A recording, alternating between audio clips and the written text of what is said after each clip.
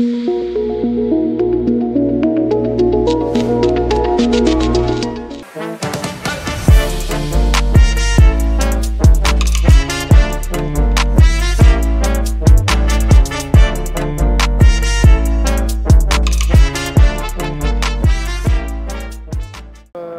tout le monde le sait aujourd'hui, il y a une nouvelle révolution phénoménale qui est en train de s'opérer, qui est la révolution de l'intelligence artificielle.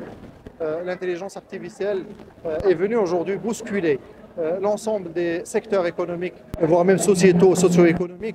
Elle est venue bousculer le quotidien de plusieurs métiers, voire même les menacer de disparition, enfin des uns et des autres.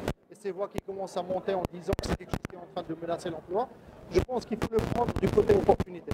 Aujourd'hui, c'est une nouvelle révolution qui vient avec ses défauts, avec ses menaces, avec ses particularités, avec ses difficultés. Il faut prendre le temps de bien l'étudier, de bien l'analyser, de bien s'adapter avec cette révolution, parce qu'elle est là. On ne peut pas la repousser, on ne peut pas la bloquer, on ne peut pas l'annuler, on ne peut pas l'outrepasser. Donc on est obligé de vivre avec, on serait obligé de vivre avec davantage à l'avenir.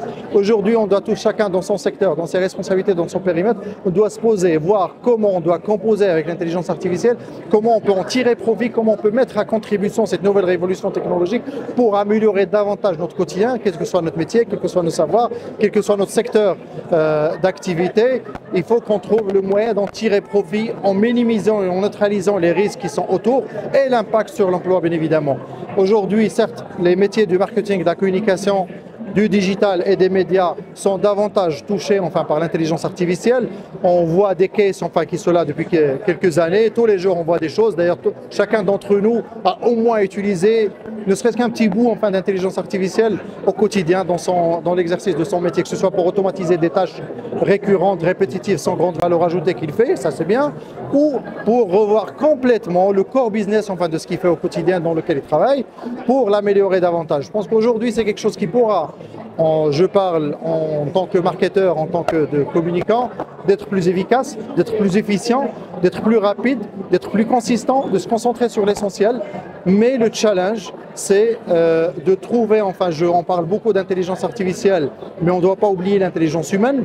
Et je pense qu'à l'avenir, pour nos métiers en tous les cas, sur quoi il faut travailler, c'est la co-intelligence. C'est comment combiner l'intelligence artificielle avec l'intelligence humaine pour pouvoir faire mieux, plus vite, plus rapidement, plus impactant, avec moins de coûts et moins de temps.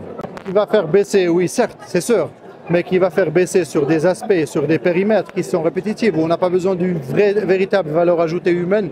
Là, je pense que c'est quelque chose qui va nous aider, au contraire.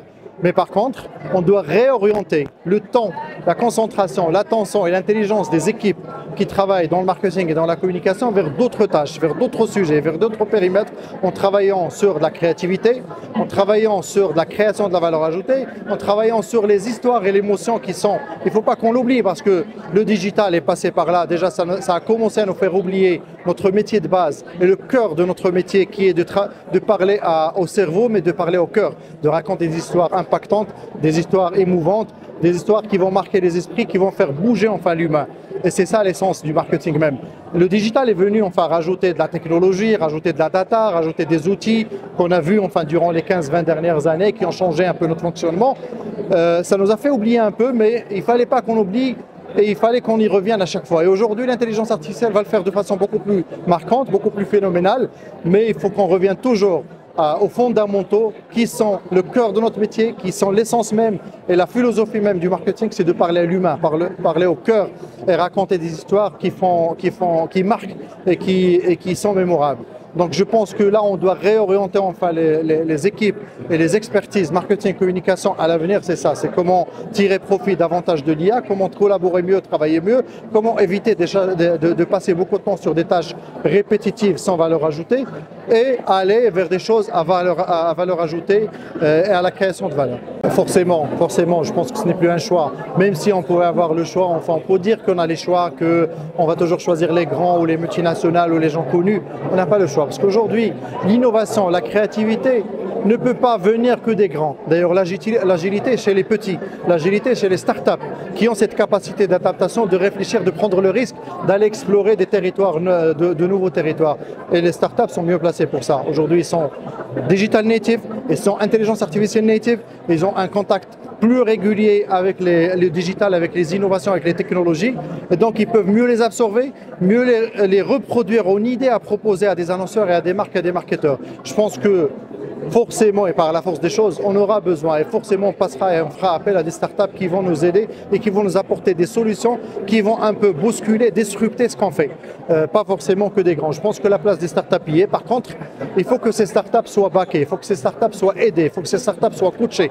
Il faut que la collaboration avec les marques, avec les marketeurs soit cadrée davantage. Et il y a une initiative que nous avons lancée il y a une dizaine d'années, enfin dans le cadre de l'African Digital Summit, qui est le Digital Garden, enfin, qui, comme son nom l'indique, qui est une pépinière, on va dire, de start-up et d'idées innovantes et de jeunes créateurs innovants qui vont proposer des choses à des donneurs d'ordre de taille moyenne ou grande.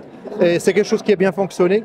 Et on voit aujourd'hui, je vois pas mal d'exposants qui sont aujourd'hui TPE, PME, avec des marchés à l'international, qui ont démarré la première édition, qui ont pitché dans ce garden.